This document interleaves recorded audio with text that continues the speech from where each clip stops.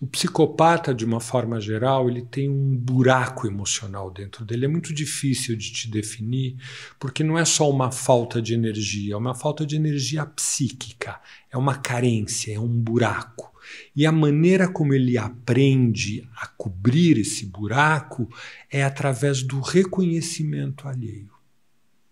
Então ele tem uma necessidade compulsiva de ocupar espaço.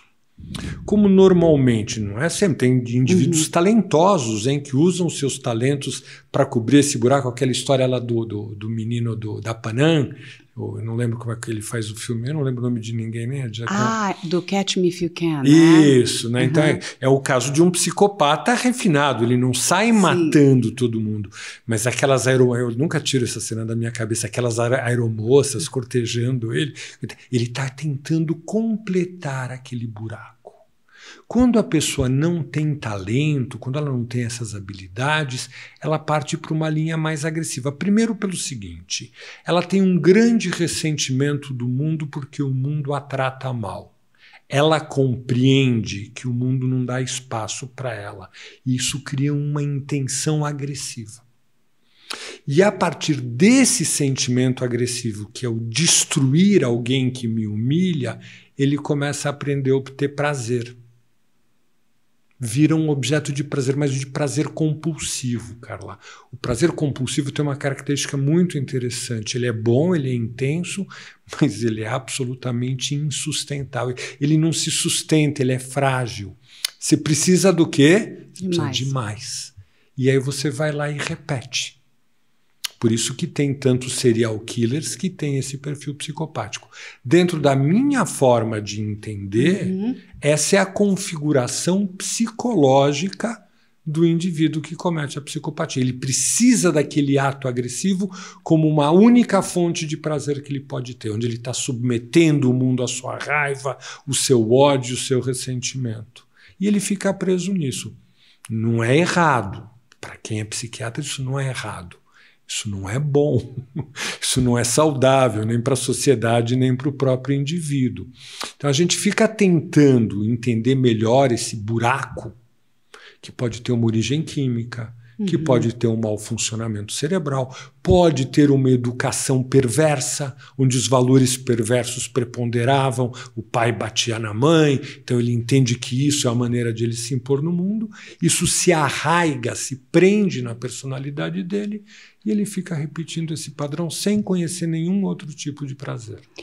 Doutor, e quando as pessoas, né, os profissionais da área, eles falam muito da questão da empatia, né, que essa pessoa não tem empatia. Sim. Isso é uma realidade? Não, ele olha para o outro e não porque consegue. Ele está totalmente fixado no objetivo de chegar naquilo que ele quer.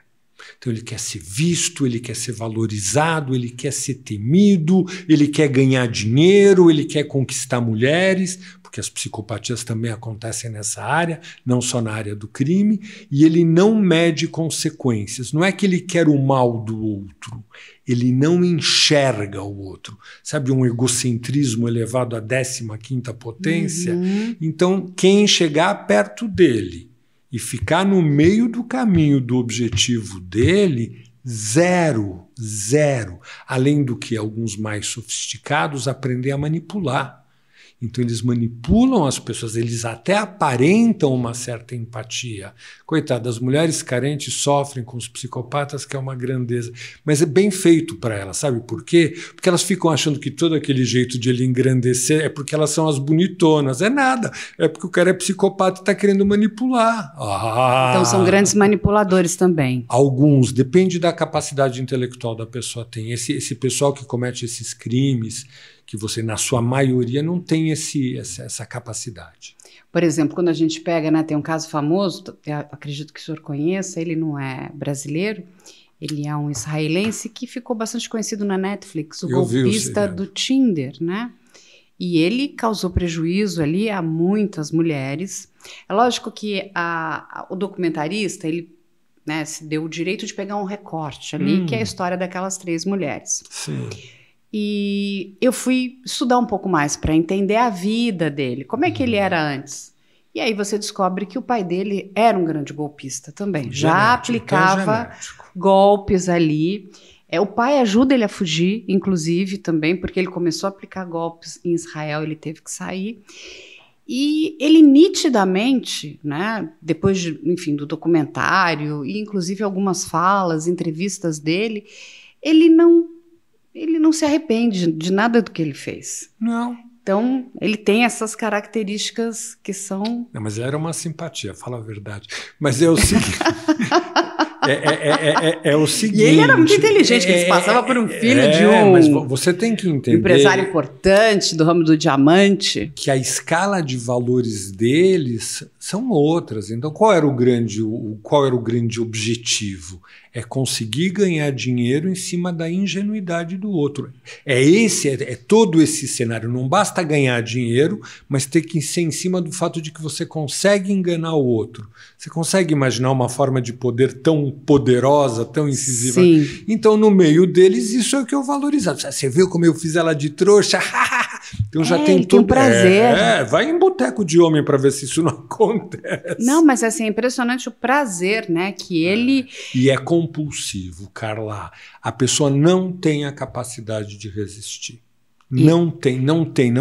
A compulsão é a doença da vontade. Ele não é capaz de resistir ao apelo do prazer compulsivo. Então, ou seja, quem passar na frente dele tem que... Tem que estar esperto, Tem que se benzer, né? Assim, a mulherada reclama muito, né, de que os homens têm que respeitar. Fala, não, tudo bem, eu concordo plenamente, a lei está para isso mesmo. Mas se você anda numa selva cheia de desejos e desajustes, o mínimo que você tem que fazer é ficar esperta, né? Mas se ele receber o atendimento, se ele receber, enfim, um acolhimento, principalmente nessa área da saúde... A gente pode ter ali uma pessoa... Pode, eu estou fazendo esse trabalho lá, estou fazendo a cabeça do menino, estou tentando dar uma consciência para ele dessas dificuldades de comunicação, eu faço ele tentar entender de que o mundo não consegue compreender bem ele, tento fazer ele entender que às vezes as conclusões que ele tira são boas, mas são superficiais, que tem mais coisa para ele ver, que escapa. Ele devagarzinho está absorvendo, está melhorando, vai tratamento com medicação também, para não estabilizar o humor, para não ficar muito mal-humorado, para não ficar muito puto da vida por causa da frustração.